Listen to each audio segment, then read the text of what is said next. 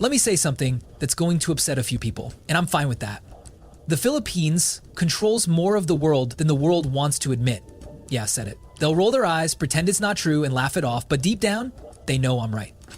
Because behind every hospital that stays open, every ship that reaches its port, and every household that runs like clockwork, there's a Filipino keeping it alive.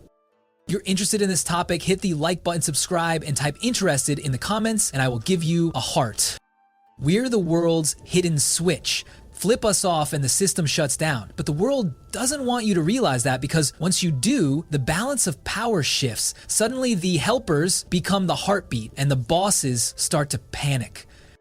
Let's talk about reality, not pride-fluffing nonsense. Out of the world's 1.6 million seafarers, over 400,000 are Filipinos. That's 1 in every 4 people running the ships that carry your food, oil, clothes, and Christmas gifts. If Filipino seafarers went on strike for 48 hours, global trade would stop. Ports would freeze, shelves would empty. You think I'm exaggerating? Ask the International Maritime Organization. They called the Philippines the lifeblood of global shipping. But then, here comes the hypocrisy. When those same Filipino seafarers ask for better conditions or equal pay, suddenly the world gets budget constraints. Oh sure, you can build a $400 million 0-cents cruise ship, but a decent bunk bed for the crew? Too expensive, right? You see, they like to pretend they're in control, but the real power lies with the people who show up every day, not the ones giving orders from their air-conditioned offices. And Filipinos, we always show up. Sick, tired, underpaid, homesick, doesn't matter. We show up and outperform everyone else. That's not submission. That's dominance disguised as humility. Now let's zoom out. Let's talk about healthcare. In 2025, Filipino nurses make up 20% of the entire foreign healthcare workforce in the UK, the Middle East, and Canada. Let that sink in. 20%. Imagine that tomorrow, all Filipino nurses said, "We're done." What happens? Hospitals collapse, the elderly are left unattended, emergency rooms close, the developed world becomes helpless, literally overnight. But here's the punchline. They'll never admit that, because if they do, it means they've been lying about who holds the power. The global system isn't powered by money, it's powered by Filipinos. And I know what some will say, but other countries work hard too, sure, but no one does it like us. No one leaves everything they love behind, their kids, their parents, their country, just to send money home to people they might only see again through a phone screen. That's not labor, that's love weaponized for survival. And yet, we get underestimated because we smile while we do it. They mistake kindness for weakness. Oh, Filipinos are so patient, so obedient. No, we're strategic. We've mastered the art of calm domination. We run the world without shouting about it. Let me give you a fact that'll make your jaw drop. Filipinos send home over $39 billion, 0 cents, in remittances every year. But that money doesn't just keep the Philippines alive. It circulates back into the global economy. Every dollar remitted buys products, pays debts, fuels imports, and sustains industries. In other words, the world profits twice. First from our labor, then from the money we send home. That's the kind of global irony no one wants to talk about. And don't even get me started on the digital revolution. While Silicon Valley brags about AI efficiency, it's Filipino freelancers and virtual assistants who are quietly running their operations. You think your favorite influencer answers all those emails? Nope. It's Maria from Cavite or Mark from Davao doing it at 2 a.m. for a fraction of the cost, while still greeting them with, "Good morning, sir." We are the invisible infrastructure of the modern world, the human algorithm, the polite rebellion that no one saw coming. But the world doesn't want this truth to spread, because once Filipinos start realizing how essential they are, the system cracks. That's why they drown us in flattery. You're hardworking, you're resilient, you're world class. Sure, keep the compliments coming, but where's the investment? Where's the pay raise? Where's the representation in leadership? You see, the world thrives on keeping Filipinos humble, because humble people don't revolt. But here's the twist. Humility isn't weakness, it's restraint. It's a choice. And when that restraint snaps, the world's going to see what Filipino power really looks like. You want proof? Look at what happened during COVID-19. While nations were collapsing under chaos, who held the line? Filipino nurses, caregivers, delivery workers, seafarers, all working through fear, exhaustion, and isolation. We weren't just surviving, we were keeping humanity intact. But did they ever repay that sacrifice? Nope. They gave us applause and went back to underpaying us. That's what gets me boiling. The world treats us like batteries. Use, drain, replace. But here's the thing. Batteries don't have hearts. Filipinos do. And that's why we keep rising, no matter how many times they try to push us down. Because the Philippines, that small archipelago they love to underestimate, has its roots in every corner of this planet. We are the teachers, the healers, the engineers, the caretakers, the innovators. You can build all the machines you want, but without the Filipino spirit, none of them will run for long. So yeah, the world may not want you to know this, but it's time to say it loud. The Philippines controls the balance of humanity, quietly, beautifully, efficiently. And if you're watching this and you feel that pride bubbling inside you, type power in the comments, because the first step to changing the world is realizing you already run it. But don't go anywhere, because in the next segment, I'm going to show you exactly how the world keeps this truth hidden through policies, pay gaps, and propaganda, all designed to make Filipinos forget how powerful they really are.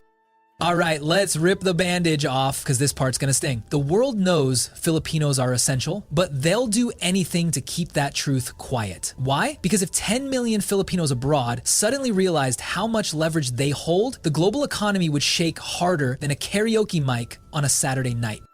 Let's start with the oldest trick in the book, gratitude control. You've heard it. We're so grateful for our Filipino workers. They're like family. We couldn't do this without them. Sounds sweet, right? It's not. It's PR anesthesia. They wrap you in compliments so you don't feel the chains. Because the minute you stop feeling grateful and start demanding equal, the system starts sweating.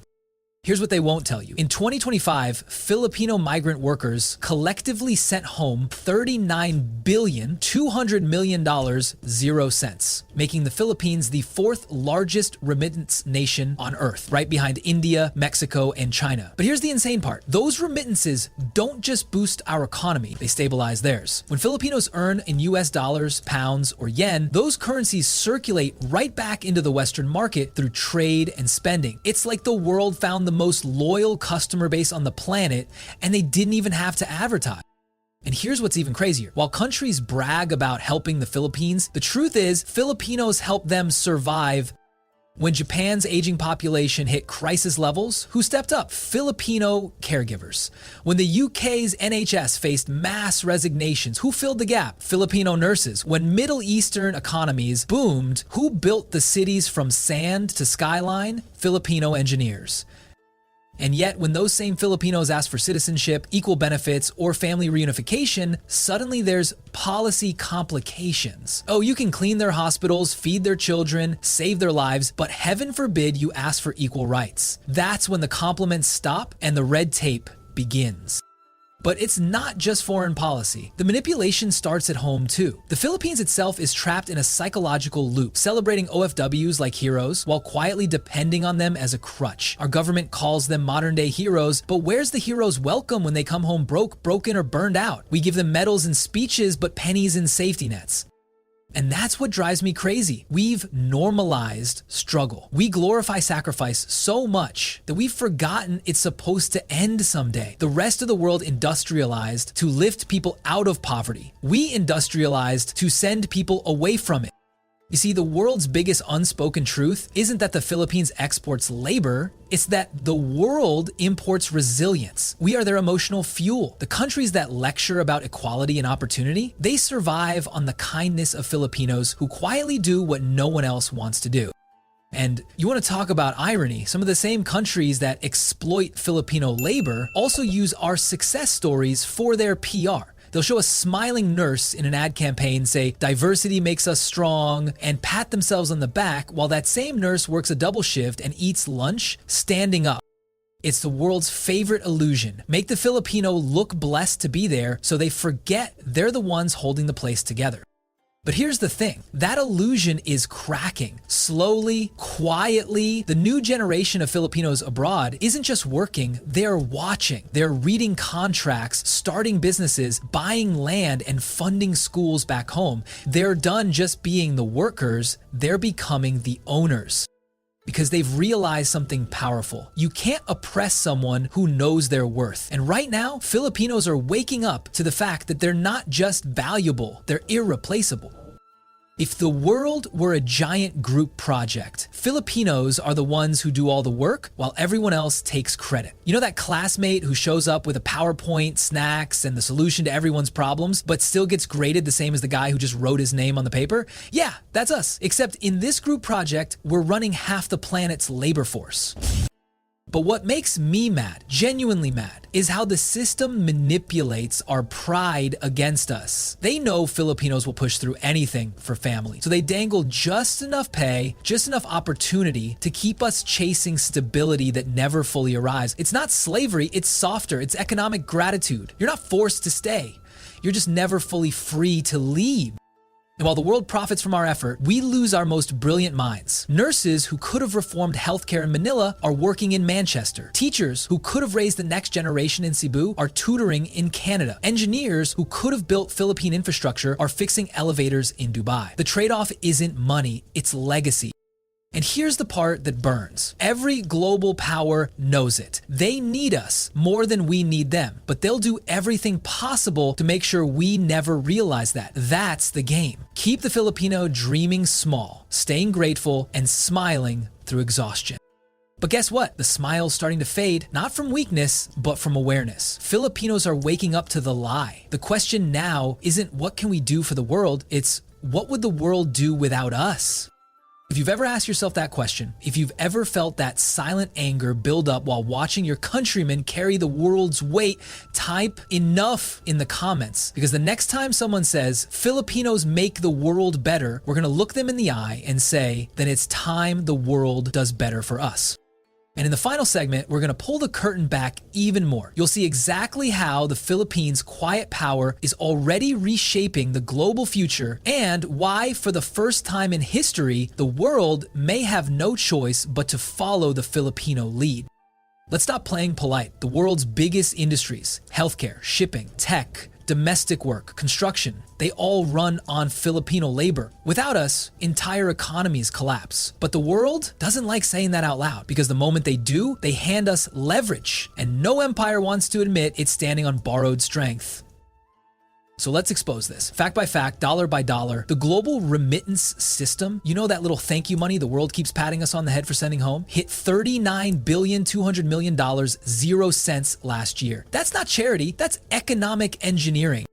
That number alone keeps the Philippine peso stable, fuels billions in imports, and supports industries that never even see the name of the worker who made it happen. That's not aid, that's exploitation wrapped in applause.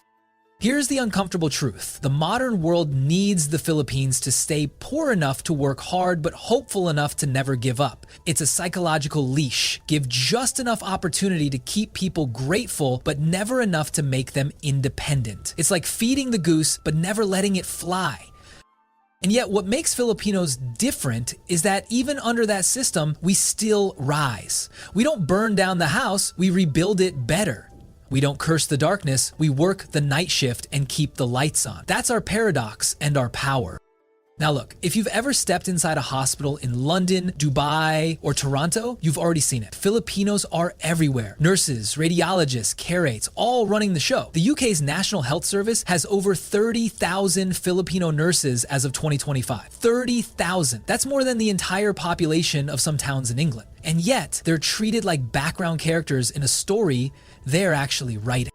Or take the global maritime industry. 25% of all ship crews are Filipino. That's not a small statistic, that's control. You can't move oil, food, or goods across the world without us. The next time someone buys coffee from Brazil or electronics from China, remind them it probably got there because a Filipino sailor didn't sleep for 3 nights navigating a storm. But here's where it gets interesting, and this is what the world doesn't want to admit. Filipinos aren't just working in these industries, we're inheriting them. But moving up, quietly, strategically. Managers in Saudi hospitals? Filipino. Supervisors in Japanese factories? Filipino. Ship captains, data analysts, startup founders? Filipino. And this terrifies the system. Because we're not just the workforce anymore, we're the future leadership pipeline of the global economy. See, the real danger for the world isn't that Filipinos might stop working, it's that we might stop obeying. The second Filipinos realize they can build the same success at home, that's when the empire falls. Because what happens when 10 million of the hardest working people on earth stop exporting labor and start exporting leadership? That's the day the Philippines stops being the helper and becomes the hub. And here's the kicker, it's already starting. Over 1.8 million Filipino freelancers are now running international businesses from their laptops, earning Western salaries while living Filipino lives. No migration, no exploitation, just digital domination. And once AI automates the world's routine work, the thing left standing will be humanity, empathy, humor, creativity, and guess what? Those are Filipino superpowers. So yeah, laugh all you want about Pinoy's always smiling. That smile is a secret weapon, because when everyone else burns out, the Filipino keeps going. Not out of ignorance, out of purpose. Faith, family, community, these aren't weaknesses. They're emotional fuel. That's why we outlast everyone else. And that's exactly what scares the world. Because you can't program resilience, you can't automate compassion, and you can't replace the Filipino heart with a machine. But let's bring this home, literally. The real question isn't whether the world needs us, it's whether we'll finally start needing ourselves. Because we can't keep exporting excellence while importing misery. If our best people keep leaving, then what's left behind is a country that keeps saying thank you to the world when it should be saying you're welcome. And that's why I'm angry. Not because Filipinos aren't respected, but because we keep settling for respect when we should be demanding results. Respect doesn't build hospitals, pay fair wages, or fix airports. Respect without progress is just a pat on the head. Let's get real. The Philippines doesn't need saving. The world needs to stop pretending it's the savior. We've carried your kids, built your cities, staffed your hospitals, cooked your food, and nursed you through your darkest days, all while raising our own families from miles away. We're not asking for pity, we're asking for partnership, equal ground, fair trade.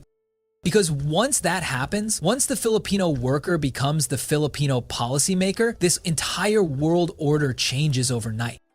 And that's what they fear. Not rebellion, not resistance, but realization.